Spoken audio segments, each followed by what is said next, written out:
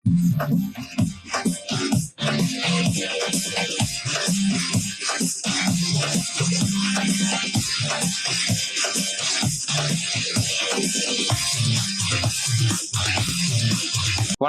Cricket ரசிகர்களே, welcome back to Tamil cricket trolls with you Rahman de Villiers and கிரிக்கார்த்தி.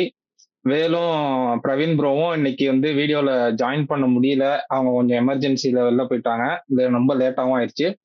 So அதான் கிரிக்கார்த்தி bro மட்டும்தான் அவைலபிளா இருந்தாரு, சொல்லிட்டு உள்ள போட்டேன். யா எல்எஸ்ஜி விசஸ் ஆர்சிபி, குஜிலி மஸ்து பை எல்எஸ்ஜி போட்டு நொறுக்கிட்டானுங்க. தட் நோட் இப்ப என்னன்னா இப்ப ஆர்சிபியும் ஒரு மாதிரி கியாமுயாவா இருக்கு டாப் ஆஃப் த டேபிள் போறதுக்கு. இந்த டாப் ஆஃப் த டேபிள் கர்ஸ் யாருக்கு நல்லா ஒர்க் ஆயிருக்குன்னா எஸ்ஆர்ஹெச் ஒருத்தனுக்கு தான் நல்லா ஒர்க் ஆயிருக்கு. வேற எவன் தான் ஜெயிச்சு போகணும்னு நினைக்கிறானோ எல்லாருக்கும் அடி உழுந்துட்டே இருக்கு. செம பவுலிங் பை பிரின்ஸ் யாதவ், செம பவுலிங் பை திக்வேஷ் ராத்தி இந்த லாஸ்ட் ஓவர், அண்ட் சபாஸ் அஹமதும் நல்லா போட்டாரு.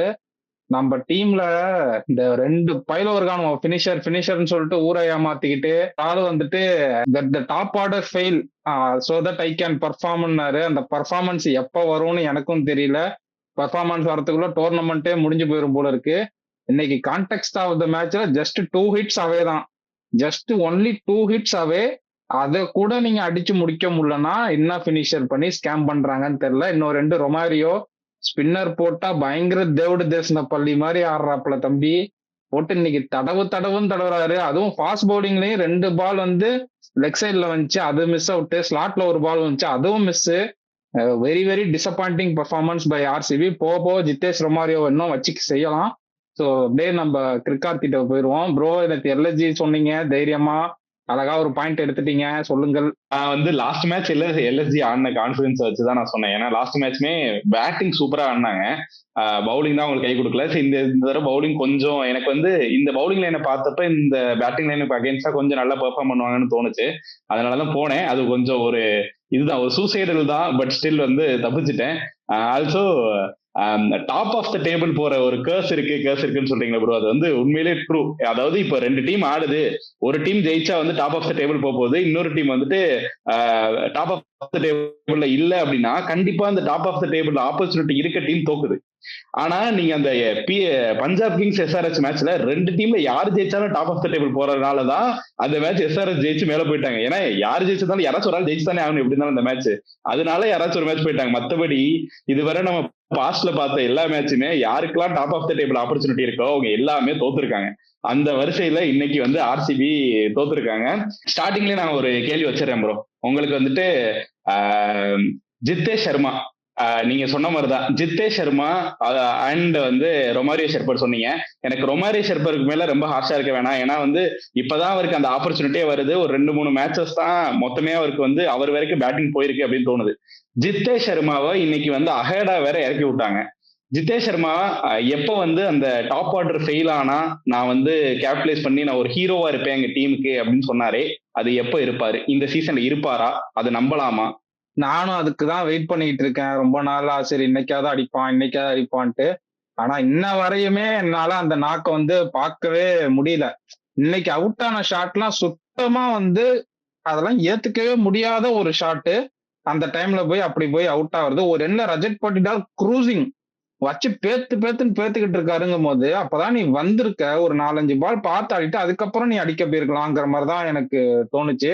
மட்டமான ஷார்ட் செலக்ஷனு. நீங்க சொன்ன கேள்விக்கு எனக்கு பதிலே இல்ல ப்ரோ. நான் ஜேக்கப் பெத்தல் மாதிரி இந்த மேட்ச் செம்ம எக்ஸ்பெக்டேஷன் வச்சிருந்தேன். சால்ட் போனதுக்கப்புறம் அந்த இடமே ஒரு பயங்கர வேகன்சி தெரியுது. நிறைய பேர் சொன்னானுங்க சால்ட் ஆடிட்டு இருக்கும்போது ஜேக்கப் பெத்தல் கொண்டு வாங்க, சால்ட்டை டிராப் பண்ணுங்க, ஜேக்கப் பெத்தல் கொண்டு வாங்க, சால்ட்டை டிராப் பண்ணுங்கன்னு.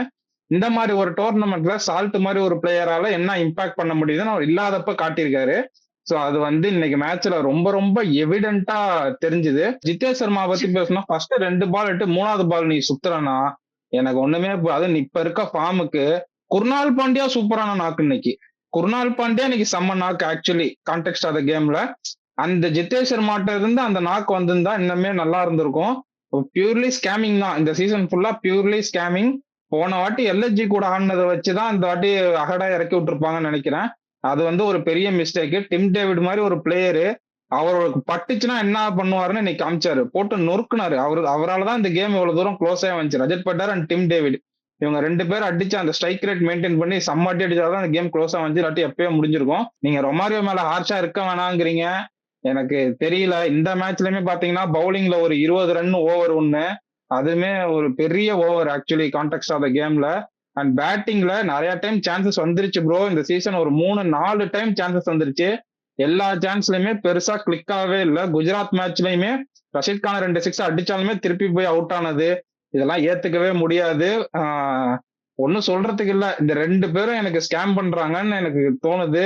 நான் திருப்பியும் சொல்றேன், ரொமாரியோ வெளில உட்கார வச்சுட்டு வெங்கடேஷரை உள்ள கொண்டு வந்து தொலைங்க தயவு செஞ்சு. அதை பண்ணுங்க. வெங்கடேஷரை உள்ள கொண்டு வந்துட்டு ரசிக்தாருக்கு பதிலாக டஃபியை கொண்டு வந்து தொலைங்க. காம்பினேஷன் போறீங்க, அது ஒர்க் ஆக மாட்டேங்குது. டஃபி என்னமா போட்டுட்டு இருந்தாரு, காம்பினேஷன் ஒர்க் ஆகாதப்ப எனக்கு ஒண்ணுமே புரியல. போட்டு பொழந்துட்டானுங்க இன்னைக்கு ஆக்சுவலி எல்எஸ்ஜி. இன்னைக்கு கேமை பத்தி பார்த்தாலுமே நீங்க சொல்ற காம்பினேஷன் நீங்க ரசிக்தார் பயங்கரமா அடி வாங்கினாரு. அந்த சைடு ரொமேரோ ஷெப்பர்ட் இருந்து நம்ம பினிஷிங் பார்க்கல அப்படின்றப்போ 2 பேருக்குமே நம்ம சொல்ற கரெக்டா 2 பேருமே பெர்ஃபார்ம் பண்ணாம இருக்காங்க. இதுதான் கரெக்டான சான்ஸ் அவங்க மாத்துறதுக்கு அப்படின்ற மாதிரி தான் இருக்கு. நம்ம ஃபேஸ் பை ஃபேஸே போயிருவோம். லைக் எல்எஸ்ஜியோட பேட்டிங் அப்படி எடுத்துக்கிட்டோம்னா, லைக் இன்னைக்கு வந்து எப்பயுமே அவங்க ஓப்பனிங் இறங்குறதுக்கு வந்து அவங்ககிட்ட ஒரு கேம் வச்சிருக்காங்க. ஒரு சாபுத்ரிஸ் போட்டுட்டு இன்னைக்கு யார் ஜெயிக்கிறாங்களோ அவங்க வந்து மிச்சல் மார்க்ஸ் கூட அனுப்பிச்சு விடுவாங்க. அதுவே அஸ்வின் குல்கர்னி வந்து அவருக்கு வந்து 5th ஓப்பனிங் பார்ட்னர்னு நினைக்கிறேன். இதுக்கு முன்னாடி வந்து ரிஷப் பண்ட் ஆடி இருக்காரு, ஆயுஷ் பதோனி ஆடி இருக்காரு, ஐடன் மார்க்ரம் ஆடி இருக்காரு. அதுக்கப்புறம் வந்து ஜாஸ் இங்கிலீஷ் எல்லாம் போன மேட்ச் ஆடினாரு. ஐடன் மார்க்ரம் தான் ஐடியில் அவருக்கு ஓப்பனிங் பார்ட்னர். போன வருஷம் வந்து அது நல்லாவே கிளிக் ஆயிருக்கு அப்படின்றப்போ அவர் ஸ்டிக் பண்ணிடலாம். எதுக்கு வந்து அந்த ஓப்பனிங் காம்பினேஷன் போட்டு இத்தனைக்கு இன்னைக்கு 3 ஃபாரினர்ஸ் கூட போனாங்க. அப்படின்றப்போ ஜாஸ் இங்கிலீஷே ஆட விட்டுருக்கலாம் திருப்பி ஓப்பனிங். எதுக்கு அர்ஷின் குல்கர்னி கொண்டு வந்து அவர் கொஞ்சம் பால் சாப்பிட்டாரு. பட் அந்த சைடு பார்த்தோம்னா மிச்சல் மார்க்ஸ் வந்து டெரிஃபிக்கான ஒரு நாக்கு. இன்னைக்கு வந்து பைசன் வந்து ஏன் அவர் பைசன் சொல்றோம்னு சொல்லிட்டு அதை நிரூபிக்கிற மாதிரி ஒரு நாக்கு. மிச்சல் மார்க்ஸ் வந்து எங்கேயுமே நிறுத்துற மாதிரியே தெரியல. அந்த ஃபர்ஸ்ட் ஒரு ஓவர் தான் பார்த்து ஆடினாங்க. அதுக்கப்புறமேட்டு அவரு நிறுத்தவே இல்லை. வச்சு நொறுக்கிட்டாங்க. அதுவும் சுயா சர்மாவுக்கு நீங்க பால் உழுவல.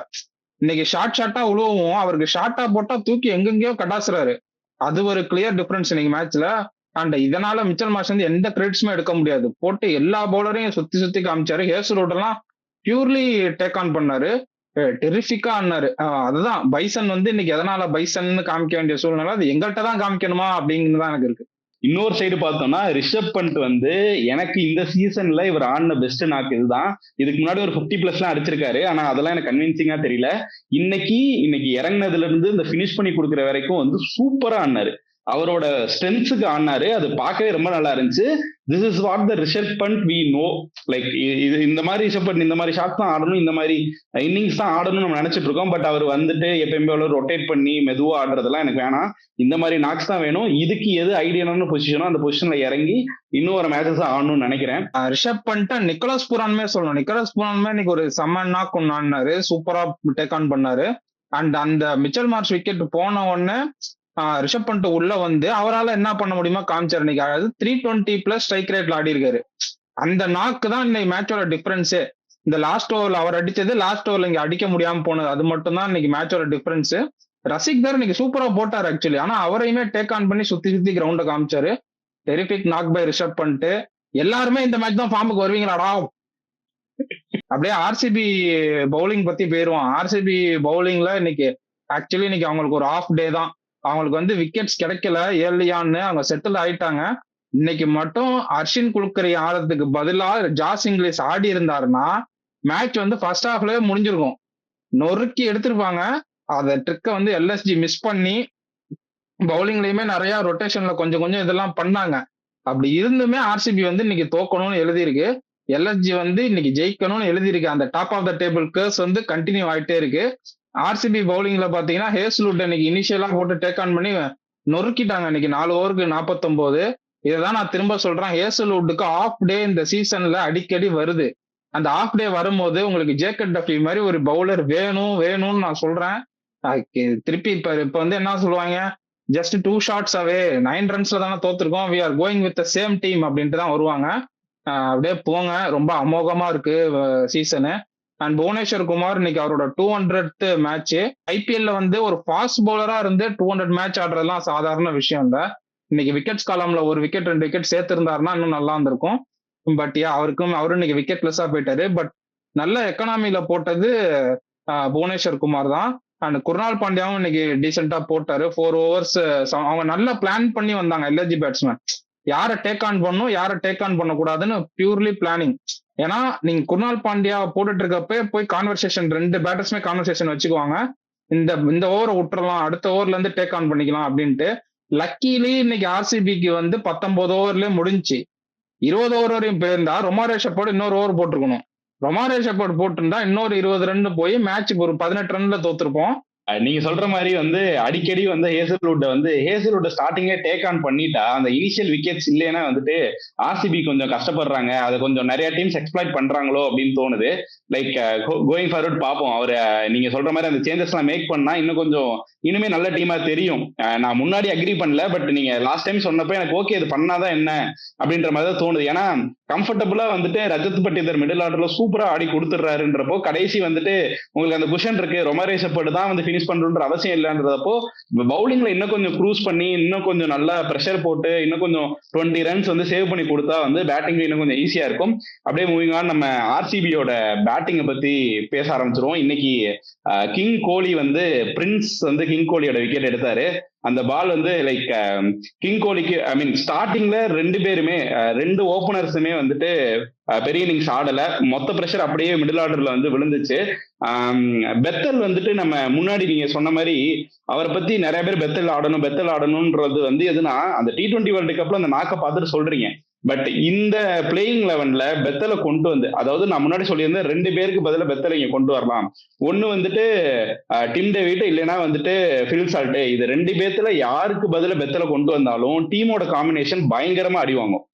அப்படின்றப்போ வந்து அங்க ஐடியலா வந்து ஃபில் சால்ட் தான் ஆடணும், டிம் டேவிட் தான் ஆடணும். பெத்தலுக்கு இந்த பிளேயிங் லெவல்ல இடம் கிடையாது unless there is an injury அப்படின்னு சொல்லியிருந்தேன். அண்ட் ஃபில் சால்ட்டோட இன்ஜுரிக்கு அப்புறம் வந்தாரு. இன்னும் வந்து அவரு கம்ஃபர்டபுளா இல்ல வந்து மேட்ச் வின்னிங் நாக்ஸ் வந்து ஃபில் சால்ட்ட இருந்து அவரு ஃபெயில் ஆகாமலாம் கிடையாது ப்ரோ. ஒரு 4 மேட்ச்ல வந்து 3 மேட்ச் வந்துட்டு இன்ஸ்விங் டெலிவரிஸுக்கு அவுட் ஆவாரு, ரொம்ப ஸ்டார்டிங்லேயே வந்து அட்டாக்கிங் ஆடுறன்னு சொல்லிட்டு அவுட் ஆவாரு. ஆனா அவர் ஆடுற மேட்ச் வந்து தனியா ஜெயிச்சு கொடுப்பாரு. அந்த மேட்ச் வந்து அவர் ஆடுற வரைக்கும் மேட்ச் முடிச்சு கொடுத்துட்டு போயிருவாரு. அப்படின்ட்டுமே பாத்தீங்கன்னா நம்ம வேர்ல்டு கப்ல இருந்து பாத்துட்டோம். அவர் இப்பெல்லாம் எடுத்தோன்னு எல்லாம் அடிக்க போறதே கிடையாது. அவர் வந்து ஃபர்ஸ்ட் ஃபியூ பால்ஸ் வந்து டெஸ்ட் பண்றாரு. இந்த பிட்ச் எப்படி இருக்கு ஏது இருக்குன்னு ஃபர்ஸ்ட் டெஸ்ட் பண்ணிட்டு தான் அப்புறம் அடிக்க போறாரு. சால்ட் மிஸ் ஆகுறது இந்த டீம்ல வந்து ஹியூஜ் மிஸ்ஸா தான் தெரியுது. சால்ட் மாதிரி ஒரு பிளேயர் இருக்கும்போது தான் விராட் கோலிக்கு அந்த கான்பிடன்ஸ் கிடைக்கும். ஸோ சால்ட் இன்னைக்கு இல்ல. ஜேக்கப் பெத்தல் கண்டினியூஸா டிசப்பாயிண்ட் பண்ணிட்டு இருக்காரு. ஹோப்ஃபுல்லி அடுத்த ஃபியூ மேட்சஸ்ல ரன்ஸ் தேத்துவான்னு நினைக்கிறேன். அந்த கேலிபர் இருக்க பிளேயர் தான், நான் இல்லைன்னு சொல்ல. But enough is enough. இவ்வளவு தூரம் இதாயிருச்சு மேட்ச் வந்து, இவ்வளவு தூரம் வந்து இதாகுது. ஸோ வந்து கண்டிப்பா அந்த இடத்துல அவங்க தேடணும். பெத்தல்கிட்ட இருந்து கொஞ்சம் ரன்ஸ் எக்ஸ்பெக்ட் பண்ணணும். அண்ட் விராட் கோலி இன்னைக்கு செகண்ட் டைம் இந்த ரன் சேஸ் டக் அவுட்ல அவுட் ஆயிருக்காரு விராட் கோலி. இதுக்கு முன்னாடி எப்பயோ அவுட் ஆயிருக்காரு, இப்ப செகண்ட் டைம்ங்கும் போது அந்த பால் என்ன மாதிரி ஒரு பால் கரெக்டா வந்துட்டாரு. பாலோட லைனுக்கு எல்லாம் கரெக்டா வந்துட்டாரு. அங்க இருந்து பால் அப்படியே உள்ள வந்துச்சு. செம்ம delivery. Purely class of Prince Yadav. Prince takes king அப்படிங்கிற மாதிரி இன்னைக்கு போட்டு நச்சுன்னு போட்டு எடுத்துட்டாரு. அண்ட் தேவ்தூத் படிக்கல் அந்த டைம்ல வந்ததுக்கு இந்த ஸ்ட்ரைக் ரேட்ல தான் ஆட முடியும் எனக்கு தோணுது. நிறைய பேர் ஸ்ட்ரைக் ரேட் பத்தி திருப்பி பேசுவீங்க. பட் அவர் வந்த சிச்சுவேஷன் வந்து 9-for-2. அந்த சிச்சுவேஷன்ல இந்த ஸ்ட்ரைக் ரேட் தான் ஆடினாரு. நிறைய ஷாட்ஸ் இன்னைக்கு கிளீனா அடிச்சாரு. அவரோட ரோல் இந்த டீம்ல வந்து கரெக்டா அவர் பண்ணிட்டு இருக்காரு. அண்ட் ரஜத் பட்டிதார், நீங்க ஸ்பின்னர்ஸ் பத்தி பேசுறீங்க. நீங்க பேஸ் போலிங்கா ஸ்பின்னர்ஸோட பெட்டரா ஆன மாதிரி எனக்கு தோணுச்சு. மயங்க் யாதவ் தூக்கி 2 6 சாத்தினாரு. ஒரு 6 கூட 101 மீட்டர் நினைக்கிறேன் வச்சு நொறுக்குனாரு. ஸோ டெரிஃபிக்கான நாக் பை ரஜத் பட்டிதாரு. தப்பான டைம்ல அவுட் ஆயிட்டாருன்னு எனக்கு திருப்பி தோணுது. ஷபாஸ் அஹ்மத் ஃபர்ஸ்ட் பால் அவருக்கு போட வராரு. ஃபர்ஸ்ட் பாலே அடிக்க போய் அவுட் ஆயிட்டாரு. பியூர்லி வந்து எலிவேஷன் கிடைக்கல அவருக்கு. அந்த பால்ல எலிவேஷன் இல்லாததால நேரா போய் மார்க்ரம் கையில விழுந்துச்சு. கிரெடிட் ஸ்டோ பண்ணிட்டு கேப்டன்சி அண்ட் கரெக்டான ஃபீல்டு பிளேஸ்மெண்ட். அங்க மார்க்ரம் மாதிரி ஒரு ஆளை வச்சு கரெக்டா ஃபீல்ட் பிளேஸ்மெண்ட் பண்ணாங்க. ஸோ கிரெடிட் ஸ்டோக்கும். அண்ட் ரஜத் பட்டிதார் நாக் வந்து one of the best knocks of Rajat Patidar இந்த சீசன்னா இதுதான் நான் சொல்லுவேன். வச்சு போட்டு வெதுப்பிட்டாரு. அண்ட் அதுக்கப்புறம் தான் ப்ரோ கீழே தான் எனக்கு வந்து திருப்பி என் மனசே ஆற மாட்டேங்குது. Jitesh Sharma and Romario Shepherd என் மனசே ஆற மாட்டேங்குது. டிம் டேவிட் நான் யோசிச்சுட்டே இருந்தேன். டிம் டேவிட் இருக்க வரை இந்த மேட்ச் அலைவு அப்படின்ட்டு யோசிச்சுட்டே இருந்தேன். அப்படி ஒரு நாக் ஆனாரு டிம் டேவிட். பியூரா வந்து அவர் 6 ஹிட்டிங் மட்டும் போல, டைம் கிடைக்கிறப்ப 4ஸும் அடிச்சாரு, 6ஸும் அடிச்சு செம்மையா போட்டு சாத்தினாரு. அண்ட் அவரு வந்து ஒரே கீர்ல தான் போறாருங்கும் போது அவர்கிட்ட இருந்து இதுதான் எக்ஸ்பெக்ட் பண்ண முடியும். எப்ப வேணா அவர் விக்கெட் விழலாம். விக்கெட் விழலைன்னா ஆர்சிபிக்கு வந்து போயிருவாங்க, லைனை கிராஸ் பண்ணுவாங்க. இன்னைக்கு விக்கெட் விழுந்துருச்சு, அதனால கிராஸ் பண்ண முடியல. அண்ட் குர்னால் பாண்டியா இந்த மாதிரி ஒரு கிரிட் வந்து காமிச்சாரு. இன்னைக்கு பவுலிங்லயும் சூப்பரா போட்டிருக்காரு, பேட்டிங்லயும் ஒரு 16 பால் 28. இந்த மாதிரி ஒரு பவுலிங் ஆல்ரவுண்டர் வந்து ஃபியூ பால்ஸ் எடுத்துக்க தான் செய்வாங்க, அவர் எடுத்துக்கிட்டாரு. அண்ட் எப்ப கரெக்டா அடிக்கணுமோ அப்ப வந்து நச்சுன்னு அடிச்சாரு. ஒரு 175 ஸ்ட்ரைக் ரேட்ல ஆடினாரு. இத கூட இந்த ஜித்தேஷ் சர்மா பண்ண முடியலங்கிறது தான் எனக்கு மனசு வருத்தமா இருக்கு. ஆக்சுவலி இது நீ பண்ண வேண்டிய ரோல். அந்த குர்னால் பாண்டியா வந்து அடிச்சுக்கிட்டு இருக்க மாதிரி எனக்கு இருந்துச்சு. Purely disappointed from Jitesh Sharma. And திரும்ப சொல்றேன், நிறைய பேர் ஜித்தேஷ் சர்மாவை டிராப் பண்ணணும்னு கேட்பீங்க. ஜித்தேஷ் சர்மா இந்த டீம்ல டிராப் பண்ண முடியாது. ஒரு இந்தியன் விக்கெட் கீப்பர் பேட்ஸ்மேன் வந்து ஒரு டீமுக்கு வந்து வெரி வெரி குரூஷியல். அந்த கோட்டா வந்து ஜித்தேஷ் சர்மாட்ட இருக்கு, அந்த எபிலிட்டியும் இருக்கு. ஆனா இந்த சீசன் பயங்கர தேவ்டு தேசன பள்ளியா ஆடுற அப்படி தம்பி. இது வந்து டீமுக்கு நல்லதே இல்ல. அவரோட கான்பிடன்ஸும் ரொம்ப ரொம்ப லோவா இருக்கு. நீங்க வந்து ஃபுல்லா எடுத்து பாத்தீங்கன்னா ஃபுல் ஃபிளெஜ்லா வந்து அந்த ஷாட்டுக்கே போக மாட்டாரு. அவர் வந்து ஃபுல் ஃபிளெஜ்லா அந்த ஷாட்டுக்கே போகாம ஆடுறாரு. அண்ட் அப்படியே மூக்கு மேல கிளம்புது, இதெல்லாம் அக்செப்டபிளே கிடையாது. எந்த ஒரு டீமா இருந்தாலும் கடைசியா ஸ்பின்னர் போடும் போதுங்கிறப்ப எட்ஜ் வந்து பேட்டிங் சைடுக்கு தான் கொடுக்கணும். ஒரு பினிஷர் இருக்காருப்பா, ஸ்பின்னர் போடுறாங்க லாஸ்ட் ஓவர்னா எட்ஜ் வந்து பேட்டிங் சைடு தான் கொடுக்கணும். என் மனசுல வந்து எட்ஜ் வந்து நான் பவுலிங் சைடுக்கு தான் கொடுத்து வச்சிருந்தேன். ஏன்னா எனக்கு தெரியும் ஸ்பின்னர் போட்டா ரொமாரியோ ஷெப்பர்ட் வந்து இன்னைக்கு படாது அப்படின்ட்டு எனக்கு தெரியும். அதே மாதிரி படவே இல்லை. ஃபுல்லா வந்து மேல வாங்குறது, ஒட்டம்புல வாங்குறது, காலில் வாங்குறது, கையில வாங்குறது. ரொமாரியோ ஷெப்பர்ட் அடிச்சதுல 15 ஆஃப் 23 பால்ஸ் 153 ஸ்ட்ரைக் ரேட்ல அடிச்சிருக்காரு, வெரி குட். பட் வந்து இந்த கான்டெக்ட் ஆஃப் த கேம்ல இது ஒரு யூஸ்லெஸ் நாக்கா தான் எனக்கு தோணுது. அது வந்து ஒத்துக்கிட்டு தான் ஆகணும். இதுல லெக் பைஸ்ல 4 போச்சு, நிறைய பால் கை கால்லாம் வாங்கினாரு.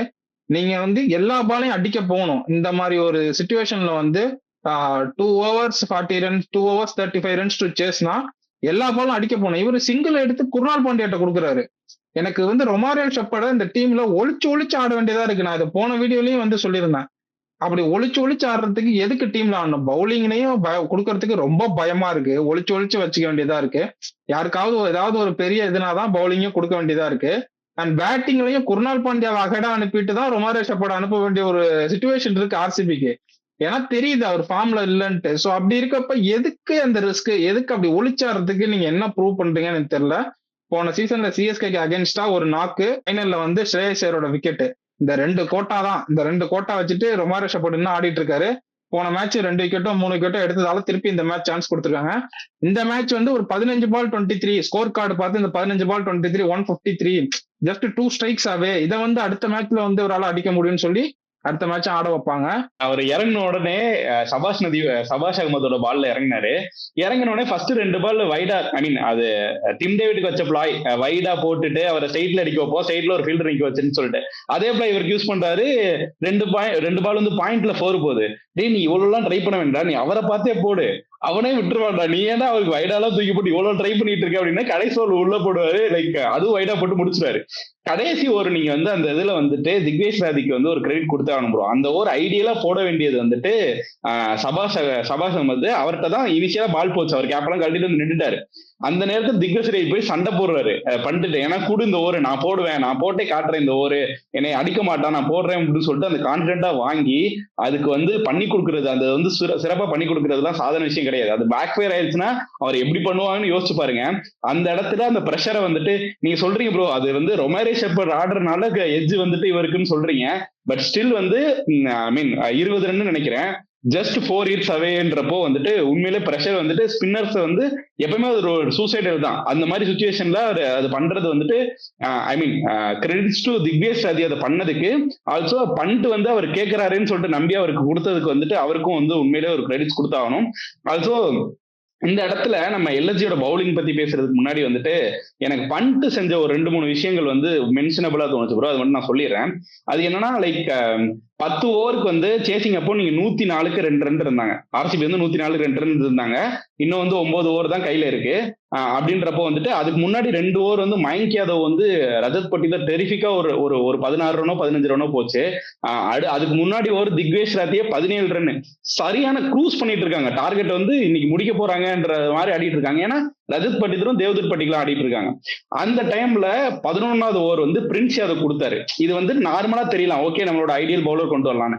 ஆனா அது எவ்வளவு பெரிய அந்த அந்த இடத்துல ஏன் அது ரொம்ப முக்கியம் அப்படின்னா, அந்த ஓவர் ஏற்கனவே வந்துட்டு நீங்க வந்து வெறும் 3 ஃபாஸ்ட் பவுலர் 2 ஸ்பின்னர்ஸோட போயிட்டாங்க. இவங்கள்ட்ட எக்ஸ்ட்ரா பவுலர்ஸ்லாம் இல்ல. எக்ஸ்ட்ரா பவுலர்ஸ் ஹர்ஷின் குல்கர்னியும் எய்டன் மார்க்ரம் மட்டும் தான் இருந்தாங்க. ஆல்ரெடி மயங்க் யாதவ் 3 ஓவர் போட்டாரு, சமி 3 ஓவர் போட்டாரு. சமி 3 ஓவர் போட்டாருன்றப்போ அந்த 11வது ஓவர் பிரின்ஸ் யாதவ் போட்டா அது அவருக்கு 3வது ஓவர். அது போட்டுட்டா மிச்சம் இருக்க 8 ஓவர்ல வெறும் 3 ஓவர் தான் ஃபாஸ்ட் பவுலர்ஸ் நீங்க கொடுக்க முடியும். மிச்சம் இருக்க 11 ஓவர் போட்டா மிச்சம் இருக்க 8 ஓவர்ல 3 ஓவர்ஸ் ஃபாஸ்ட் பவுலர் கொடுக்கும், 5 ஓவர் ஸ்பின்னர்ஸ் கொடுக்கணும். சப்போஸ் அந்த ஓவரை ரஜத் பட்டிதர் சர்வே பண்ணிட்டாரு, அதுக்கப்புறம் சர்வே பண்ணி அவர் ஆடிட்டாரு அப்படின்னா அதுக்கப்புறம் வந்துட்டு நீங்க வந்து 5 ஓவர்ஸ் அவருக்கு அகேன்ஸ்டா ஸ்பின் போடணும்ன்றப்ப முடிஞ்சு அங்க மேட்ச். நீ மேட்ச் கையில ரஜத் பட்டிதர் கொடுத்துட்டு வந்துடலாம். அந்த இடத்துல அந்த கால் எடுத்து அந்த ஓவர்ல வந்து தேவ்தத் படிக்கல விக்கெட், ஜித்தேஷ் சர்மாவோட விக்கெட், 3 ரன் கொடுத்து 2 விக்கெட். அதுதான் turning point of the match என்னை பொறுத்த வரைக்கும். அந்த தாட் அவர் எடுத்துட்டாரு. ஓகே பரவாயில்ல, மிச்சம் 8 ஓவர்ல 5 ஓவர் நான் ஸ்பின் போட்டுக்கிறேன் அப்படின்ற ஒரு, அதுவும் அகேன்ஸ்ட் டிம் டேவிட், ரஜத் பட்டிதர்லாம் நான் பண்ணிக்கிறேன்றப்போ அந்த தாட்டை யோசிச்சதான் உண்மையிலே பெரிய விஷயம். அதுக்கு வந்து ஹியூஜ் கிரெடிட்ஸ் டு ரிஷப் பண்ணிட்டு அது நல்லா பே ஆச்சு. ஆல்சோ நீங்க வந்துட்டு டிம் டேவிட்டுக்கு ஃபீல்ட் பிளேஸ்மெண்டா இருக்கட்டும், அந்த வைடியா இருக்கிறதா நம்ம வைட் லைன்ல தான் போட போறேன், நீ எடுத்தடிச்சா அடிச்சுக்கோ அப்படின்றப்போ அவரு உன்னை வந்து எக்ஸ்பென்சிவா ட்ரை பண்ண போயிட்டு கவர்ஸ்க்கு மேல அடிக்க போறேன்னு சொல்லிட்டு அந்த இடத்துல கேட்ச் ஆனதா இருக்கட்டும். இந்த மாதிரி சில டிசிஷன் சூப்பரா இருந்துச்சு நீங்க பண்ணிட்டு. நான் ஐடியலா வந்து பண்டோட கேப்டன்சிக்கு பெரிய ஃபேன் கிடையாது, பட் இன்னைக்கு இந்த மாதிரி மூவ்ஸ் எல்லாம் வந்து கொஞ்சம் தனியா எனக்கு துண்டா தெரிஞ்ச மாதிரி இருந்துச்சு. பிரின்ஸ் யாதவ் பத்தி சொன்னா, போன சீசன்ல இந்த சீசன் ப்ரிவியூல இருந்து போன சீசன்ல இருந்து நான் புலம்பிட்டே இருக்க ஒரே விஷயம், பிரின்ஸ் யாதவுக்கு இந்த சீசன்ல கன்சிஸ்டன்டா சான்சஸ் கொடுங்க. எப்படி எஸ்ஆர்ஹெச்க்கு ஒரு ஈஷான் மலிங்காவுக்கு நான் வந்து சொம்பு தூக்குறனோ, அதே மாதிரி எல்எஸ்ஜிக்கு பிரின்ஸ் யாதவுக்கு என் வாழ்நாள் முழுக்க கூட நான் சொம்பு தூக்குறேன். அந்த அளவுக்கு போடுறாரு, டெரிஃபிக்கா போடுறாரு. அவர் வந்து மீட் பண்றதே வந்து ரொம்ப கஷ்டமா இருக்கு. கடைசி ஓவர்ல கொஞ்சம் அடி வாங்கிட்டாரு, பட் ஸ்டில் அது வரையும் இந்த மேட்ச் வந்து இவ்வளவு தூரம் கண்ட்ரோல்ல இருந்ததுக்கு காரணமே பிரின்ஸ் யாதவோட பவுலிங் தான். ஒரு பாலும் வந்து ரொம்பவே ப்ரீஷியஸான பால் மாதிரி போடுறாரு. அவரோட 3 ஓவர் மட்டும் ஒதுக்கிட்டு பாத்தீங்கன்னா எல்எஸ்ஜி பவுலிங் லைனப்பே இன்னைக்கு கொஞ்சம் வீக்கா தெரிஞ்சிருக்கும். அவரோட 4 ஓவர் ஒதுக்கிட்டு பாத்தீங்கன்னா, பட் அது இல்லாம இன்னைக்கு வந்து சும்மா அவர் இருக்கிறது வந்து இந்த டீமுக்கு வந்து டெரிஃபிக். அது மோஷன் கார்லாம் ஆடி இருந்தாருன்னா 150க்கே நாங்க ஆல் அவுட் ஆயிருப்போம் கண்டிப்பா. பிரின்ஸ் யாதவ் பால் திரும்ப நான் சொல்லிட்டே இருக்கேன், இந்த மாதிரி பால்ஸ் எல்லாம் வந்துட்டு எனக்கு நான் டெஸ்ட் மேட்ச்ல பாக்குற விக்கெட் டிஸ்மிசஸ் இதெல்லாம், அந்த பால்லாம் இங்க கொண்டு வந்தது வந்து எனக்கு அப்படியே நான் பாத்துக்கிட்டே இருப்பேன். நான் ஒரு 5-6 தடவை அதை போட்டு பாத்துக்கிட்டு இருந்தேன். அந்த மாதிரியான ஒரு பால் பிரின்ஸ் யாதவ் அகைன் வந்து கன்சிஸ்டன்டா சூப்பரா பெர்ஃபார்ம் பண்ணிட்டு இருக்காரு. எனக்கு இந்த சீசன்ல அந்த டீம்ல ஸ்டாண்ட் அவுட் பவுலர் தான் அவர் தான். போடுற மாதிரியே தெரியாது, பெருசா ஃபிளெக்ஸ் பண்ணிக்க மாட்டாரு, பெருசா எதுவுமே பண்ணிக்க மாட்டாரு, சைலண்டா வந்து அவரோட ஜாபை முடிச்சு கொடுத்துட்டு போயிட்டே இருப்பாரு. தயவு செஞ்சு வெங்கடேஸ்வரை கொண்டு வாங்கடா, என்னால கத்த முடியலடா, எனக்கு தொண்டெல்லாம் வலிக்குது, தயவு செஞ்சு வெங்கடேஸ்வரை கொண்டு வாங்க. உங்களுக்கு இனிஷியலா ஃபியூ விக்கெட்ஸ் போயிடுச்சுன்னா அந்த இடத்துல வெங்கடேஸ்வரை யூஸ் பண்ணி ஆட வைக்கலாம். அந்த ஒருவேளை தேவ்தத் படிக்கலும் சீக்கிரம் அவுட் ஆயிருந்தாருன்னா நீங்க குர்னால் பாண்டியாவை நம்பி நம்பர் 4 அனுப்புறதுக்கு வெங்கடேஸ்வர் மாதிரி ஒரு பேட்ஸ்மேனை நம்பி அனுப்பலாம். அந்த பொசிஷனுக்கு நல்லா ஆடி கொடுப்பாரு. பவுலிங்லயும் ரொமாரியோ ஷெப்பர்டை நம்பி போறீங்க, ரொமாரியோ ஷெப்பர்ட் அடி வாங்குற அளவுக்கு எல்லாம் வெங்கடேஸ்வர் அடி வாங்க மாட்டாரு. அட்லீஸ்ட் டீசென்டா ஒரு 18 ரன் ஓவர் 16 ரன் ஓவராது போகும். இங்க 20-24ன்னு போது அதுக்கு வந்து ஒரு பெட்டர் பவுலிங் ஆப்ஷனும் கிடைக்குது உங்களுக்கு. ஜேக்கப் டஃபி மாதிரி ஒருத்தரும் உள்ள வந்துருவாரு. தயவு செஞ்சு அதை பண்ணுங்க. என்னால இதுக்கு மேல பொறுத்துக்க முடியல. அடுத்த மேட்சே ரொமாரியோ ஷெப்பர்ட் அடிச்சாலும் சரி, கிழிச்சாலும் சரி, என்ன பண்ணாலும் சரி, உங்களுக்கான காம்பினேஷன் இதுதான். நான் பல டீம்கிட்ட சொல்லியிருக்கேன் அந்த காம்பினேஷன் வந்து மாத்தாதீங்கன்னு. ஆனா ஆர்சிபிக்கு இந்த காம்பினேஷனை மாத்தியே ஆகணும். அவங்க லூஸ் ஆகிற மேட்ச்லாம் ரொம்ப எவிடென்டா தெரியுது யாரால லூஸ் பண்றாங்க போது. ஸோ அந்த இடத்தையும் ஸ்ட்ரென்தன் பண்ணாங்கன்னா அவங்களுக்கு ரொம்ப இதுதான் நல்லா இருக்கும். அண்ட் ஜித்தேஷ் சர்மா கொஞ்சம் முன்னாடி வந்தா ஒன்னும் பின்னாடியும் ஒண்ணும் பண்றதுல முன்னாடியும் பண்றது இல்லை, பட் பெட்டர் ஆப்ஷன் வந்து அவர் பின்னாடி வந்து அடிக்கிறது தான், லேட்டரா வந்து அடிக்கிறது தான். பட் அந்த இடத்துல அவர் டிலே பண்ணணும்னா வெங்கடேஸ்வர் மாதிரி ஒரு பேட்ஸ்மேன் வந்து ஒரு ஃப்ளோட்டரா ஃபர்ஸ்ட் 4 ஓவருக்கு வந்து அந்த என்ட்ரி பாயிண்ட்டை பிக்ஸ் பண்றதுக்கு ஒரு ஃப்ளோட்டரா யூஸ் பண்ணலாம். தயவு செஞ்சு அதை பண்ணுங்க. உங்களுக்கு இன்னொரு லெஃப்ட் ஹேண்டரும் தேவை இன் மிடில், பண்ணுங்க. அவ்வளவுதான், இதுக்கு மேல ஒன்னும் பேசுறது இல்ல. ஜித்தேஷ் சர்மா அந்த போன சீசன்ல வந்துட்டு இந்த எல்எஸ்சி மேட்ச் அடிச்ச மேட்ச் எல்லாம் பாத்தீங்கன்னா இல்ல த்ரூ அவுட் த சீசனே இந்த தினேஷ் கார்த்திக் சொல்லி கொடுத்த அந்த ஸ்கூப் ஷாட்ஸ் எல்லாம் சூப்பரா ஆடிட்டு இருந்தாரு. லைக் திரும்புவாரு, கிரீஸ்ல நல்லா மூவ் ஆவாரு. பும்ரா பால்லாம் நல்ல உள்ள போயிட்டு யாருக்கெல்லாம் பிக் பண்ணி 6 அடிச்சிட்டு இருந்தாரு. எங்கடா போச்சு அந்த ஷாட்ஸ் எல்லாம்? அவ்வளவு நேரம் நிக்கவே மாட்டாருன்னு நினைக்கிறேன். அவ்வளவு கம்ஃபர்டபுளா ஆகிற அளவுக்கு நிக்கவே மாட்டாரு, வராரு போறாரு. கோபால் ஆயிட்டாரு, ஃப்ரெண்ட்ஸ் படத்துல கோபால் மாதிரி ஆயிட்டாரு. சீக்கிரம் அவர் தலையிலே வேணாலும் அடிச்சு பழைய ஞாபகங்கள்லாம் கொண்டு வாங்க தயவு செஞ்சு. அண்ட் இதுக்காக ஜித்தேஷ் சர்மாவை டிராப் பண்ணணும்னு கமெண்ட்ல வராதீங்க. ஜித்தேஷ் சர்மாவை டிராப் பண்ண முடியாது. ஆல்ரெடி நீங்க சால்ட்டை டிராப் பண்ணிட்டு பெத்தலை கொண்டு வா, சால்ட்டை டிராப் பண்ணிட்டு பெத்தலை கொண்டு வாங்குறதுக்கே டீம் சிரிக்குது. இப்ப ஜித்தேஷ் சர்மாவை டிராப் பண்ணிட்டு ஜார்டன் காக்ஸை கொண்டு வாங்குறாங்க. ஜார்டன் காக்ஸ் ஐபிஎல் ஆடினதே இல்ல. அவர் வந்து பல லீக்ஸ்ல அடிச்சிருக்கலாம், பட் ஐபிஎல் ஆடினதே இல்லை. இந்த மாதிரி டோர்னமெண்ட்ல அப்படி எக்ஸ்பெரிமெண்ட் எல்லாம் பண்ண முடியாது. உங்களுக்கு வந்து ஒரு நல்ல ரெக்கார்டு இருக்க பவுலர்ஸ் தான் யூஸ் பண்ண முடியும், பேட்ஸ்மேன்ஸ் தான் யூஸ் பண்ண முடியும். அப்படிங்கிறப்ப ஜித்தேஷ் சர்மாவை டிராப் பண்ணலாம் முடியாது. அவங்களுக்கு ஐடியல் பொசிஷன் ஜேக்கப் டஃபி அழகா உள்ள கொண்டு வந்து பொருத்தலாம். அதை பண்ணி தொலைங்க தயவு செஞ்சு. இல்லாட்டி எனக்கு தெரியல, அடுத்த ஃபியூ மேட்சஸ் வேற பஞ்சாப் கூட ஒரு மேட்ச் இருக்கு, எம்ஐ கூட ஒரு மேட்ச் இருக்கு, கேகேஆர் கொஞ்சம் பயங்கரமா ஆடிட்டு இருப்பாங்க, எஸ்ஆர்ஹெச்சோட ஒரு மேட்ச் இருக்கு. இது 4 மேட்சுமே கொஞ்சம் டஃபா தான் போகும். எப்படியாவது இதை வந்து எப்படி ஜெயிக்க போறாங்கன்னு தெரியல. ப்ரோ அப்புறம் பிரவீன் ப்ரோ, வேல் ப்ரோ எல்லாருமே வந்துட்டு ஆர்சிபி ப்ரெடிக்ட் பண்ணியிருந்தாங்க. நான் வந்து ஒரு குறிப்பிட்ட நம்பிக்கையில வந்து எல்எஸ்ஜி ப்ரெடிக்ட் பண்ணியிருந்தேன். ஸோ எனக்கு மட்டும் ஒரு பாயிண்ட், மற்றவங்களுக்குலாம் வந்துட்டு பாயிண்ட் கிடையாது. நாளைக்கு match Delhi versus Kolkata Knight Riders in Arun Jaitley stadium. So இதோட ப்ரெடிக்ஷனுக்கு வந்துருவோம். நாளைக்கு நான் வந்து டெல்லியோட போறேன். என்னை பொறுத்தவரை நாளைக்கு கேகேஆருக்கு இதோட டோர்னமெண்ட் முடியும் அப்படின்ட்டு எனக்கு தோணுது. ஸோ வந்து டெல்லியும் ஒரு 4 ரன்ல இருக்காங்க, பட் நாளைக்கு ஏதோ வின் பண்ணிடுவாங்க அப்படின்ட்டு எனக்கு ஏதோ கட் ஃபீல் தோணுது. So I'm going with Delhi. Again நீங்க ஒரு நல்ல மேட்சை வந்து ஜெயிக்க வேண்டிய மேட்சை தோத்துட்டு டெல்லி வர மாதிரி எனக்கு தெரியுது. ஆல்சோ இந்த மாதிரி கொஞ்சம் ரொம்ப புவரா பெர்ஃபார்ம் பண்ணதுக்கு அப்புறம் எப்பவுமே டெல்லி ஒரு நல்ல மேட்ச் ஆடுவாங்க. லைக் ஆர்சிபிக்கு அந்த மாதிரி தோத்ததுக்கு அப்புறம் ஒரு மேட்ச் ஜெயிச்சாங்க, அது மாதிரி நாளைக்கு ஜெயிப்பாங்கன்னு தோணுது. அகைன் இந்த சைடு பாத்தீங்கன்னா வந்து டெல்லியில நடக்கிறதுனால வந்துட்டு இவங்களோட ஸ்பின்னர்ஸ் எல்லாம் வந்துட்டு சூப்பரா பெர்ஃபார்ம் பண்ணாங்க. வருண் சக்கரவர்த்தியா இருக்கட்டும், லைக் சுனில் நாராயணா இருக்கட்டும், அனுகுல் ராயா இருக்கட்டும், எல்லாருமே வந்துட்டு they will be licking their lips நாளைக்கு டெல்லி விக்கெட்ல பவுல் பண்றதுக்கு. ரொம்ப க்ளோஸ் மேட்சா தான் இருக்கும் நான் எய்ம் பண்றேன், ஐ மீன் எக்ஸ்பெக்ட் பண்றேன். But still I will go with Delhi capitals. ஏன்னா வந்துட்டு அவங்களுக்கு ஒரு எட்ஜ் இருக்க மாதிரி தெரியுது. அகைன் நாளைக்கு போன மேட்ச் தோத்ததுக்கு அப்புறம் ஒரு நல்ல கம்பேக் கொடுப்பாங்க நம்புறேன். Okay, with that note we come to one conclusion for today's video. So நாளையோட மேட்ச் ரிவ்யூல வேலையும் பிரவீனையும் தலையிலே தட்டி இழுத்துட்டு வரேன். So until then, bye from Rahman de Villiers and கிரிக் கார்த்தி.